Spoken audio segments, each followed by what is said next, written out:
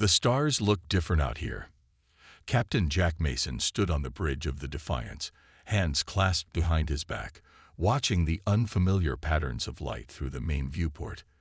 Humanity had never ventured this far from Earth before.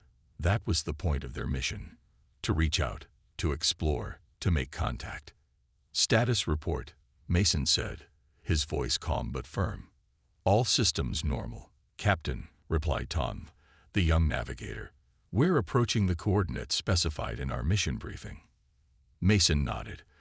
The Defiance was humanity's newest and most advanced warship, though warship wasn't quite the right word for it. The Earth Confederation called it a diplomatic security vessel. It was built for peace, they said, but prepared for trouble. What the crew didn't know, what even Mason had only been partially told, was that the Defiance carried experimental technology, tech that supposedly would revolutionize space travel and ensure humanity's safety in a dangerous universe. "Captain," called Lisa from the communication station, "I'm picking up signals, artificial in origin. A lot of them." Mason walked over to her station. "Show me." The screen lit up with dozens, then hundreds of signal sources. Not random noise, organized, patterned, deliberate, the signs of a vast civilization. "Well," Mason said with a small smile, "looks like we found someone to talk to." Within hours, the Defiance made visual contact with the first ships. They were sleek, with sharp angles and glowing blue engines. Their hulls bore intricate patterns that seemed part decoration, part writing. "Broadcast our first contact message," Mason ordered. "All frequencies, all formats." The message was simple. "Hello. We come in peace. We wish to talk." The reply came faster than anyone expected. A three-dimensional image appeared on the bridge, a tall figure with 4 arms and skin that seemed to shimmer with an inner light. It wore something like armor, decorated with the same patterns as their ships. "I am Commander Thorne of the Stellar Dominion," the figure said in surprisingly good English. "You have entered Dominion space without permission. Identify yourselves immediately." Mason stepped forward. "I am Captain Jack Mason of the Earth Confederation vessel Defiance. We are on a peaceful mission of exploration and first contact.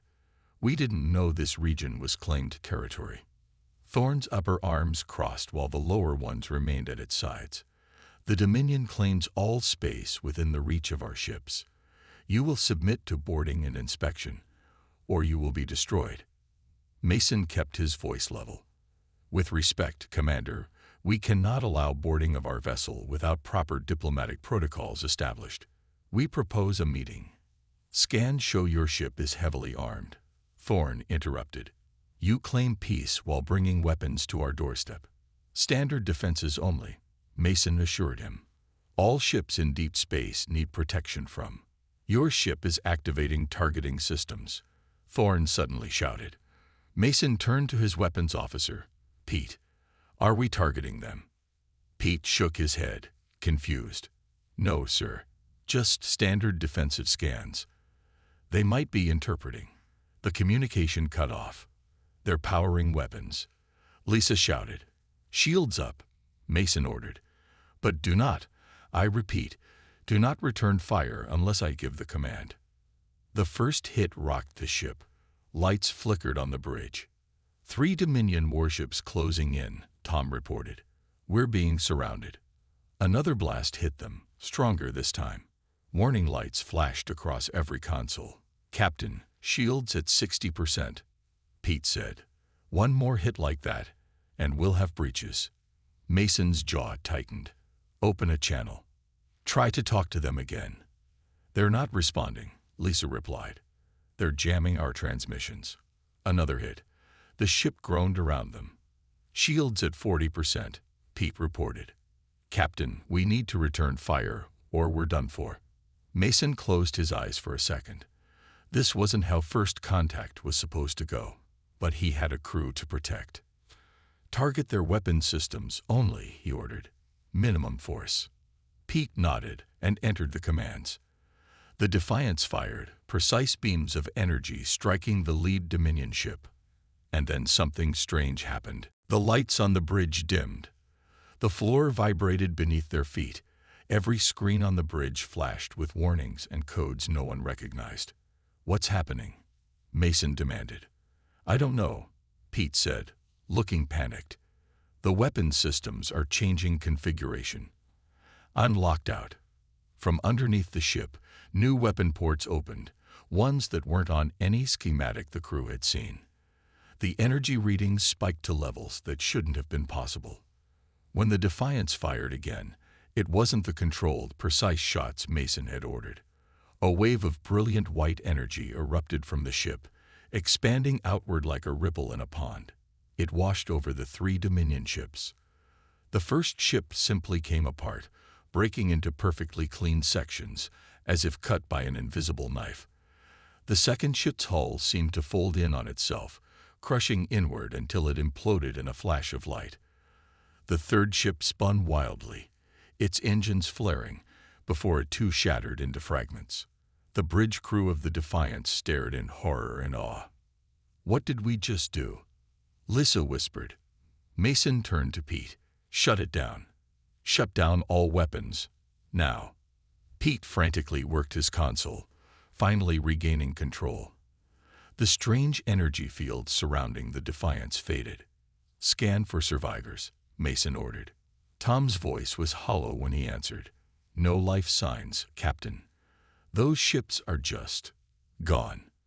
In the stunned silence that followed, Lisa's console beeped. "Captain, I'm picking up transmissions. Massive amounts of them. The Dominion ships broadcast what happened. They're calling us. They're calling us planet killers." Mason sank slowly into his chair.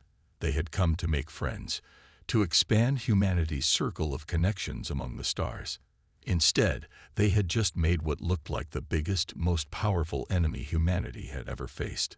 And somehow, their ship, his ship, had revealed itself to be carrying weapons beyond anyone's understanding. "Get me the chief engineer," Mason said quietly. "I want to know what just happened, and I want to know how to make sure it never happens again unless I order it." As the Defiance drifted among the debris of the destroyed ships, Mason looked out at the unfamiliar stars. They seemed colder now, more distant, and somewhere out there, an entire empire now knew about humanity. Not as friends, not as peaceful explorers, but as something to be feared. "What do you mean we can't contact Earth?" Captain Mason asked, his voice sharp with concern. Anna Reed, the ship's chief engineer, stood before him in his office. Her dark hair was tied back in a messy knot, and there were smudges of grease on her hands. She hadn't slept in 24 hours. "The Dominion destroyed our relay beacons," she explained. "Without them, our signals can't reach home. We're too far out." Mason rubbed his forehead. It had been 3 days since the disastrous first contact with the Stellar Dominion. 3 days of running and hiding, trying to understand what had happened and what to do next. "So we're alone," he said quietly, "cut off from Earth in hostile territory." Anna nodded. "Yes, sir, but that's not the only problem." She placed a tablet on his desk and slid it toward him. "I've been studying the weapons system that activated during the battle. It wasn't supposed to be operational." Mason looked at the tablet, but the diagrams and data meant little to him. "Explain." "It's called the Dimensional Fold Array," Anna said. "It draws power from, well, other dimensions, parallel realities. The science team back home told me it was just a prototype, something to study during our mission, not to use. But it activated on its own," Mason said, remembering the strange behavior of the ship during the battle. "Yes, and it's powerful. Far more powerful than anything humanity has ever built. The problem is, I'm not sure I can fully control it." Their conversation was interrupted by Lisa's voice over the intercom. "Captain to the bridge. Urgent." When Mason arrived on the bridge, the main screen showed a broadcast. A tall, regal figure dressed in gleaming armor stood at the center of what looked like a throne room.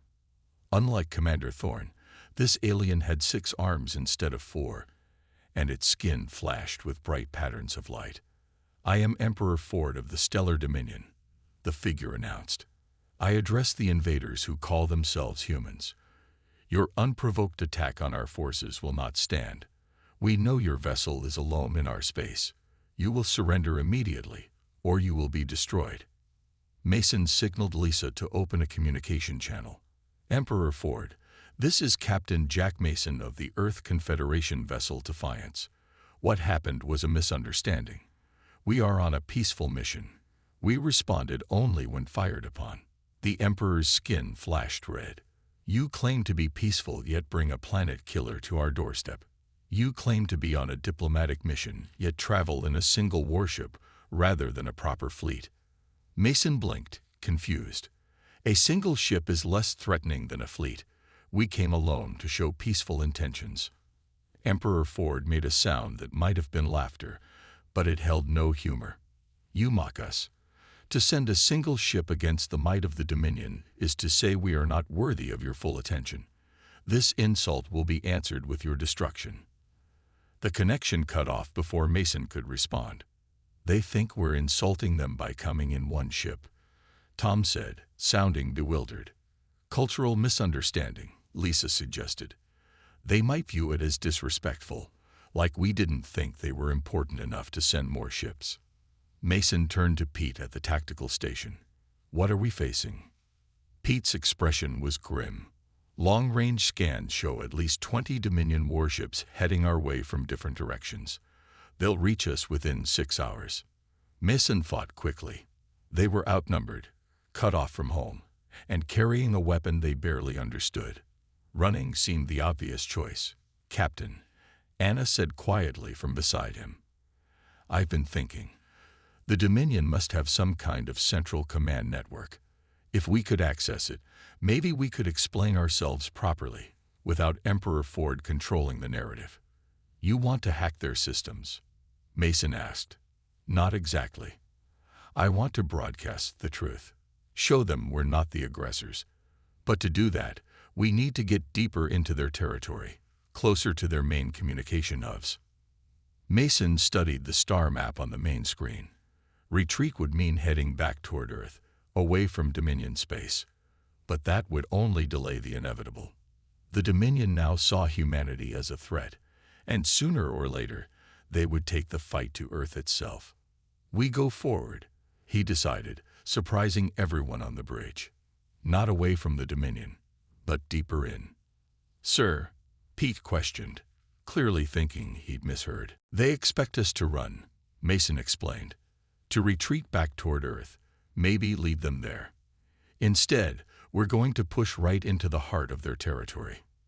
That's insane, Tom muttered before catching himself. I mean, with respect, Captain, we'll be surrounded on all sides. Mason nodded.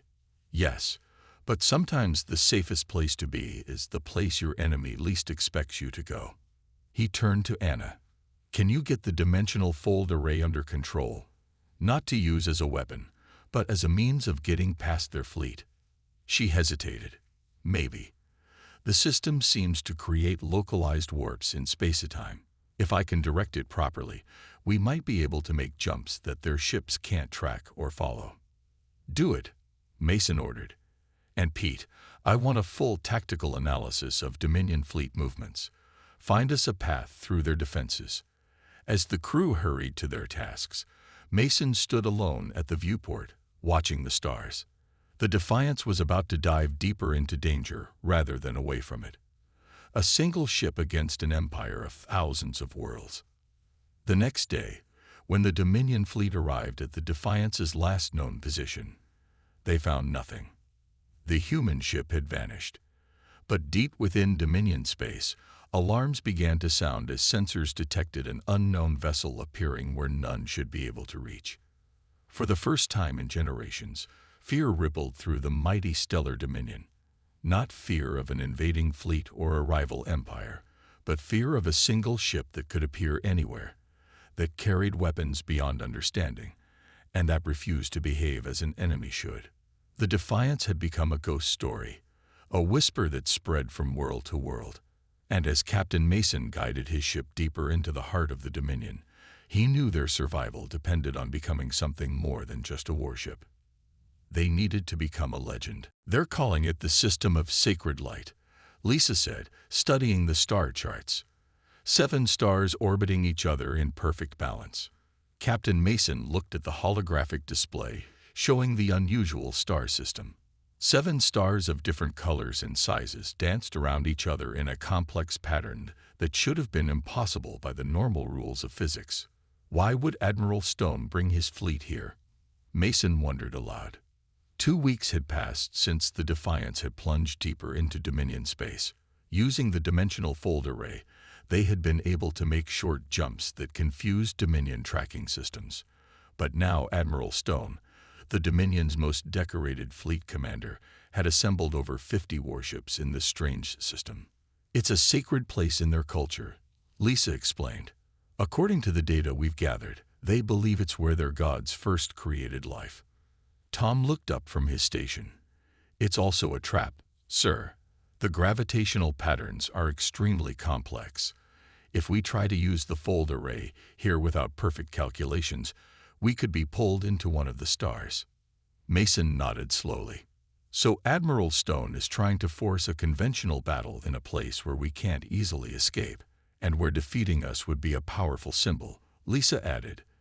Destroying the human threat in their holy place would be a huge victory for Emperor Ford. Pete spoke up from Tactical. Sir, we've detected the Dominion fleet. They've arranged themselves in a hemisphere formation. The only direction they've left open leads directly toward the largest star.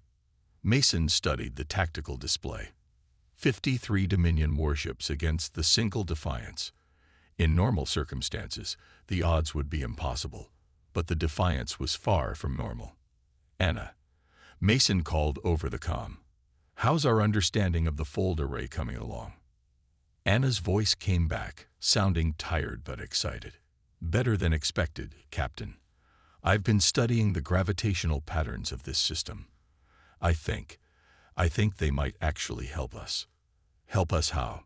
The 7 stars create unique gravitational waves. If we position ourselves at specific points, we can use those waves to amplify the fold array's power.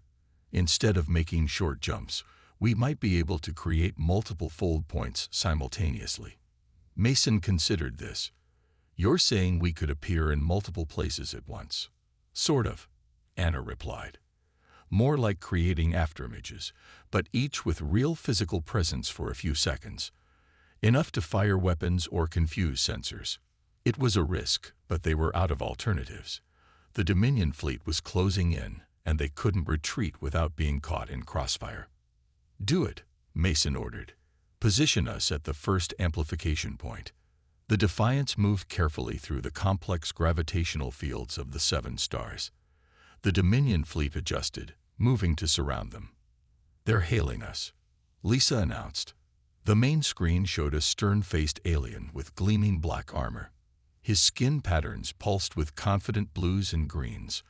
I am Admiral Stone of the Stellar Dominion, he announced. You have led us on quite a chase, humans, but it ends here, in the light of the 7 sacred stars. Emperor Ford will be pleased when I deliver your ship as nothing but scrap. Mason met the alien's gaze steadily. Admiral Stone, we still seek peaceful resolution. This conflict started with a misunderstanding. Stone made a dismissive gesture with his upper arms. Your technology threatens our way of life. Your very existence is an affront to the Dominion. Surrender now, and your deaths will be quick. When the connection ended, Mason turned to Anna. Are we in position? Yes, Captain. First amplification point reached. Fold array is charged and ready. Mason took a deep breath. Begin the battle sequence. What followed was unlike any battle in human history. The Defiance seemed to blink in and out of existence, appearing at different points around the Dominion fleet. Each appearance lasted only seconds, but it was enough to fire the ship's conventional weapons before vanishing again. The Dominion ships fired back, but they were always shooting at where the Defiance had been, not where it was. Their formation began to break as ships tried to protect each other from attacks coming from all directions. It's working, Pete exclaimed. They're confused and breaking formation. Mason watched the tactical display with a mixture of awe and concern. The Defiance was winning against impossible odds, but he took no joy in the destruction. 7 Dominion ships were already disabled, their engines dark. "Target their weapons and engines only," he reminded Pete. "We want to disable, not destroy." As the battle continued, a Dominion command ship broke away from the main fleet. It was faster than the others, sleeker, and it moved with purpose toward the edge of the system. "They're trying to escape," Tom reported, "probably to call reinforcements." Mason studied the ship's trajectory. "No, they're not running. They're heading for that moon." The small gray moon orbited the outermost star in the system. It appeared unremarkable, but Mason's instincts told him it was important. "Follow that ship," he ordered. "Let's find out what they're protecting." The Defiance cut through space, leaving the main battle behind. The Dominion command ship fired desperately as they approached, but a quick fold jump put the Defiance directly in its path. "Disable their engines," Mason ordered. A precise shot left the Dominion ship drifting. The Defiance moved alongside it. "Prepare a boarding party," Mason said. "I want to know what's on that ship." Mason led the team himself, along with Anna and 4 security officers. They found the Dominion crew had abandoned ship, all except one. In the command center, a small alien in elaborate civilian clothes cowered behind a console. Unlike the military Dominion members they'd seen, this one's skin patterns showed fear, flashing rapidly in whites and yellows. "Please," the alien said in halting English. "I am no warrior. I am Bell, cultural attaché to Admiral Stone." Mason lowered his weapon. "We're not here to hurt you. We want answers." Bell's fear slowly changed to curiosity. "You spare our ships when you could destroy them. You take care not to kill. You are not what Emperor Ford claims you are." "And what does he claim?" "That you are destroyers of worlds, that you would reduce the Dominion to ash if not stopped." Mason shook his head. "We're explorers. The battle that started this was a misunderstanding. We only want peace." Bell's skin patterns shifted to thoughtful blues. Perhaps there is something you should see." The alien led them to a data terminal and brought up files. Images of planets, populations, statistics. "These are worlds under Dominion control," Bell explained. "What you call control, we call protection." Anna studied the files. "These aren't just statistics. These are subjugation protocols. Population control. Resource extraction quotas." Bell's patterns dimmed. "The Dominion brings order to chaos. Those who resist order must be guided firmly." Mason looked at the files with growing understanding. The Dominion isn't a peaceful empire. It's a prison for dozens of species. Bell lowered all 4 arms in what seemed like shame. It was not always so. "Once, we were protectors. Now," the alien gestured at the data, "now we are feared." Mason made a decision then. He looked at Anna. "Can we broadcast from the Defiance to the entire Dominion?" Anna thought for a moment. "With the right access codes, yes. Their network is centralized." Mason turned to Bell. "Would you help us tell the truth to all worlds in the Dominion?" Bell's skin flashed with conflicting colors before settling on a steady, determined blue. "Yes," the alien said. "It is time for truth." The broadcast changed everything. For 3 days, the Defiance transmitted across the Dominion's own communication network. They showed footage of the first battle, explaining the misunderstanding. They revealed the truth about the Dominion's harsh rule over conquered worlds. And perhaps most importantly, they showed that the humans could have destroyed the entire Dominion fleet at the 7 stars, but chose not to. "Reports are coming in from all over Dominion space," Lisa said, her eyes wide as she monitored communications. 3 systems have already declared independence: Taurus, Rigel, and Nova. Captain Mason nodded. He had hoped for this response, but it had happened faster than expected. Any reaction from the Dominion Central Command? "Emperor Ford has declared us enemies of all civilization," Lisa replied. He's calling the rebellion's temporary insanity caused by our technology. Bell, who had joined them on the Defiance, made a sound that might have been a laugh. Ford fears what he cannot control. These rebellions were brewing long before you arrived. Your broadcast was simply the spark. Mason turned to the tactical display, where Pete was tracking Dominion fleet movements.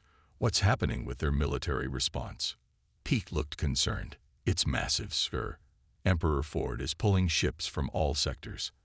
I count over 300 warships being assembled. They're stripping defenses from even their core worlds. He fears losing face more than he fears actual rebellion, Bell explained. In Dominion culture, strength must be displayed even at great cost. Mason studied the map thoughtfully. The Dominion was vast, thousands of worlds spread across hundreds of star systems. But its structure was rigid, built on fear and control. When pushed, it didn't bend. It broke. We need allies, Mason said finally. Not just rebellions, but organized resistance. Bell, who among the Dominion's leadership might be sympathetic to a new way. Bell's skin patterns shifted through thoughtful colors. Governor Hill of the Taurus system controls the largest mineral resources in the Dominion. He has always been quietly resistant to Ford's more extreme policies, and Commander Frost of the Border Fleet. She lost family when Ford ordered the suppression of the Centauri Rebellion last year. She obeys, but without loyalty. Contact them, Mason ordered. Offer our protection in exchange for their support. Over the next week, the Defiance moved carefully through Dominion space, using the fold array to appear where they were least expected. They met with Governor Hill on Taurus Prime, a rocky world rich with rare metals and crystals. Governor Hill was a large, imposing figure with 6 arms like Emperor Ford, but his manner was more thoughtful, his skin patterns showing calm blues and greens rather than the aggressive reds favored by the Emperor. Your ship has caused quite a stir, Captain Mason, Hill said as they met in his underground office. Ford is beside himself with rage. We didn't come to start a war, Mason replied. But we won't stand by while innocent worlds suffer under Ford's rule. Hill studied him with all 4 eyes. And what exactly do you propose? One ship, no matter how powerful, cannot stand against the combined might of the Dominion fleet. Not alone, Mason agreed, but with allies. With systems like Taurus providing resources, with military leaders like Commander Frost providing tactical support. Hill's skin rippled with cautious interest. Frost has reached out to you. Not yet, but we believe she will. Hill walked to a window that overlooked his world's massive mining operations. Ford takes 80% of our production and returns almost nothing. My people work themselves to death to feed his war machine. He turned back to Mason. If I support you and Ford wins, my world will be destroyed as an example to others. Mason nodded. That's the risk. But if you don't, will anything ever change? By the time they left Taurus, Governor Hill had pledged his support and resources. Similar meetings followed with leaders from a dozen other worlds. Some refused, fearing the Emperor's wrath. But many agreed, seeing in the Defiance something they had lost long ago. Hope. The most surprising ally came when Commander Frost herself contacted the Defiance, requesting a secret meeting in the shadow of a gas giant's rings. Her ship arrived alone, without the escort that would normally accompany someone of her rank. When she came aboard the Defiance, her skin patterns showed determination mixed with fear. I command 26 warships along the outer border, she said without preamble. They follow me because I've kept them alive in difficult conditions. They will follow me if I break from the Dominion. That's a significant force, Mason acknowledged. But why risk your career, your life? Frost's patterns darkened. Ford ordered me to bombard a civilian settlement last year. The residents had done nothing but missed a resource quota. I followed orders, and 10,000 died, including my sister and her children who had moved there seeking a better life. Her upper arms formed a gesture of grief. I swore I would never allow such a thing again. Anna joined them for these discussions. As chief engineer, She had been studying the dimensional fold array constantly, trying to understand its full capabilities and limitations. After Commander Frost left, with an agreement to bring her ships to their side when the time came, Anna pulled Mason aside. "Captain, there's something I need to show you," she said, her voice unusually serious. In the engineering lab, she displayed a series of simulations on the main screen. They showed rippling patterns of energy, beautiful but increasingly unstable. "This is what happens when we use the fold array," she explained. "Each jump, each battle, creates micro-tears in the fabric of space-time." Mason frowned. "Are you saying the technology is damaging the ship?" "No, it's much worse." Anna pointed to the simulation. "It's damaging reality itself. Small tears heal quickly, but if we push the system too hard, especially in a large-scale battle, we could create a cascade failure. Meaning everything within several light-years could be pulled into a dimensional rift. The Defiance, the Dominion fleet, nearby planets, all gone." Mason stared at the simulation in silence.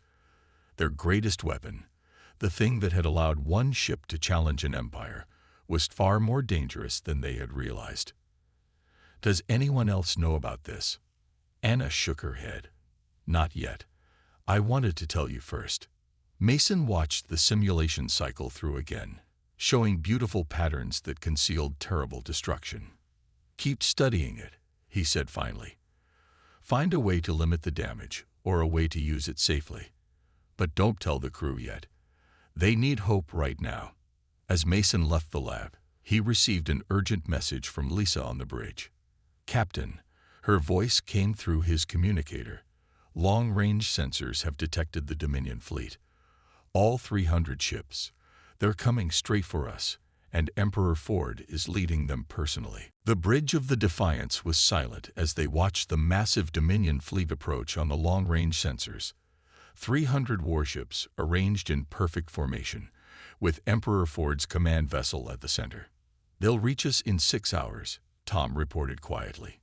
Captain Mason studied the tactical display, weighing their options. Their allies weren't ready yet. Commander Frost was still gathering her ships. Governor Hill's defense systems were only partly in place. Fighting now would mean facing the full might of the Dominion alone. "We can't win a direct battle," Pete said, voicing what everyone was thinking. "Even with the fold array." "Especially with the fold array," Anna added. She had finally shared her findings with the senior crew. "A battle of that size would almost certainly trigger a dimensional collapse." Mason nodded slowly. "Then we don't fight them directly." He turned to the navigation console. "Tom, what's the quickest route to the Dominion throne world?" Tom looked up in shock. "The throne world? You mean Dominus Prime? That's in the heart of their territory. It's the most heavily defended planet in the Empire." "And the last place they'd expect us to go," Mason replied. "Especially with their fleet heading in the opposite direction." Bell, who had been quiet until now, spoke up. "The Emperor has taken most of the defense fleet with him. Dominus Prime will never be more vulnerable than it is right now." The plan was both simple and impossibly bold. While the main Dominion fleet hunted for them, the Defiance would use the fold array to jump directly to Dominus Prime. Not to attack it, but to force a direct confrontation with the leadership that remained.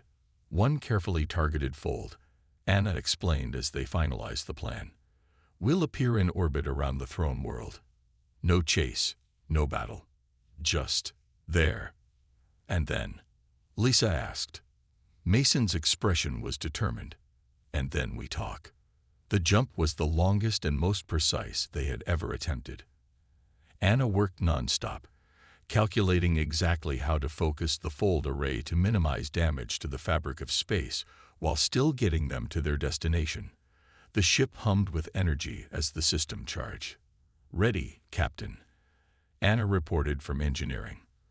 "But I need to warn you, this jump will create significant strain. We may not be able to use the array again for some time." "Understood," Mason replied. "Let's hope we won't need to." The stars outside the viewport stretched and blurred as the fold array activated. For a moment, the Defiance existed in multiple places at once, straddling dimensions in ways the human mind couldn't comprehend. Then reality snapped back into focus, and they were there, hanging in orbit above the gleaming blue-green world of Dominus Prime. Alarms immediately blared as the planet's defense systems detected them. "We're being targeted by ground-based weapons," Pete reported. "Open a channel," Mason ordered. "All frequencies." Lisa worked quickly. "Channel open, sir." Mason stood tall, his voice clear and firm. "This is Captain Jack Mason of the Earth Confederation vessel Defiance. We have come to speak with the governing council of the Dominion. We do not wish to fight, but we will defend ourselves if necessary." For long minutes, there was no response. Then a voice came through, old but strong. "This is High Chancellor Spark of the Dominion Council. Emperor Ford is not here. If you have come to assassinate him, you have failed." "We have not come to kill anyone," Mason replied. "We have come to talk. To find a way to end this conflict before it destroys us all." A pause. "Land your ship at the coordinates we are sending. You may bring 3 representatives. Any sign of weapons, any attempt to use your technology against us, and you will be destroyed." Mason looked at his crew. "Anna, Bell, you're with me. Tom, you have command. If we're not back in 3 hours, or if you detect any large fleet movements toward your position, use the fold array to get out of here, no matter the risk." The landing was tense but uneventful. The Defiance settled onto a massive platform in the capital city, surrounded by Dominion security forces. Mason, Anna, and Bell emerged, unarmed as promised. They were escorted to the council chamber, a vast, circular room with seats for dozens of representatives. Most were empty. Only 5 counselors remained, with High Chancellor Spark at the center. "You have caused quite a disruption, Captain Mason," Spark said. His 6 arms were thin with age, his skin pattern slow and deliberate. "Rebellions on 30 worlds. Military defections. Emperor Ford is quite determined to see you destroyed." "This conflict was built on misunderstanding," Mason replied. "We came in peace. We still want peace." Spark made a gesture that might have been dismissive. "Peace is not achieved by broadcasting secrets across an empire. Peace is not fostered by encouraging rebellion. The truth encourages rebellion only where rule is unjust," Bell said suddenly. "If the Dominion treated its worlds fairly, our message would have fallen on deaf ears." Spark's skin flashed with anger. "You betray your own kind, Bell." "I serve my kind by seeking a better path," Bell replied. Mason stepped forward. "High Chancellor, we have information you need to see." He nodded to Anna, who activated a small projector. The images that appeared showed the simulations of the fold array's effect on space-time. The beautiful, terrible patterns of a reality being torn apart. "What is this?" Spark asked. "The consequence of continued war," Anna explained. "Our ship's main defense system damages the fabric of reality when used. Small jumps create small tears that heal. But a full battle against hundreds of ships, the damage could spread uncontrollably." Mason met Spark's 4 eyes directly. "If Emperor Ford forces a confrontation with his fleet, we will have no choice but to defend ourselves. The resulting dimensional collapse could destroy entire systems, yours included." Spark's skin patterns showed disbelief, then concern as Anna explained the science in more detail. "You could be lying," he said finally. "We could be," Mason agreed. "But ask yourself, why would we come here, to your stronghold, simply to tell lies? We could have continued running, continued fighting. Instead, we came to talk." Bell moved closer to the council table. "The Dominion stands at a crossroads. Continue as you have been, and you will face growing rebellion, desertion, and eventually collapse. Or you can change, return to being protectors rather than oppressors." Chancellor Spark was silent for a long time. "Even if I wished to change our course, Emperor Ford would never agree. He sees any compromise as weakness. Then the Dominion must choose, Mason said. Submit to a new way of governing, one that respects all worlds equally, or fade into history as yet another failed empire. As they spoke, signals came in from across Dominion space. Commander Frost's ships had moved to protect the rebellious worlds. Governor Hill had activated his planet's defenses. Dozens of other leaders were declaring their support for a new Dominion, or no Dominion at all. When Emperor Ford finally learned what was happening, his rage was terrible to behold. He ordered his fleet to return to Dominus Prime at full speed. But they were days away, and every hour that passed saw more worlds slipping from his control.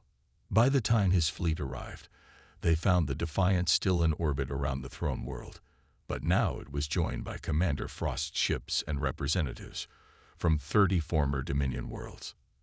The final confrontation happened not in space with weapons of war, but in the Great Hall of Dominus Prime. Emperor Ford stood before Captain Mason, Chancellor Spark, and the leaders of former Dominion worlds. His choice was simple but devastating. Accept the new alliance of free worlds, or watch his empire crumble completely. In the end, the Dominion did not fall. It transformed. The Mason-Ford Treaty established new rules for the relationship between worlds. No more forced labor. No more excessive resource quotas. Each planet would govern itself while contributing to common defense and trade. When the Defiants finally re-established contact with Earth, they were shocked to discover they had been presumed lost.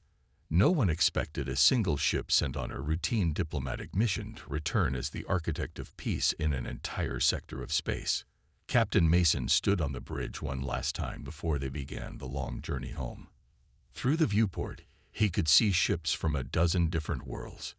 Once enemies, now allies. Not bad for one lost ship, Anna said, joining him at the viewport. Mason smiled. We were never lost. We just found a different path. As the Defiants left Dominion space, messages of gratitude followed them from world after world. The ship that had come as an explorer, been mistaken for an invader, and had ultimately become a peacemaker carried with it a simple but powerful lesson. Sometimes, the greatest strength isn't in weapons or numbers, but in knowing when to use power and when to offer peace. One ship had indeed made an empire submit, not to destruction, but to a better version of itself.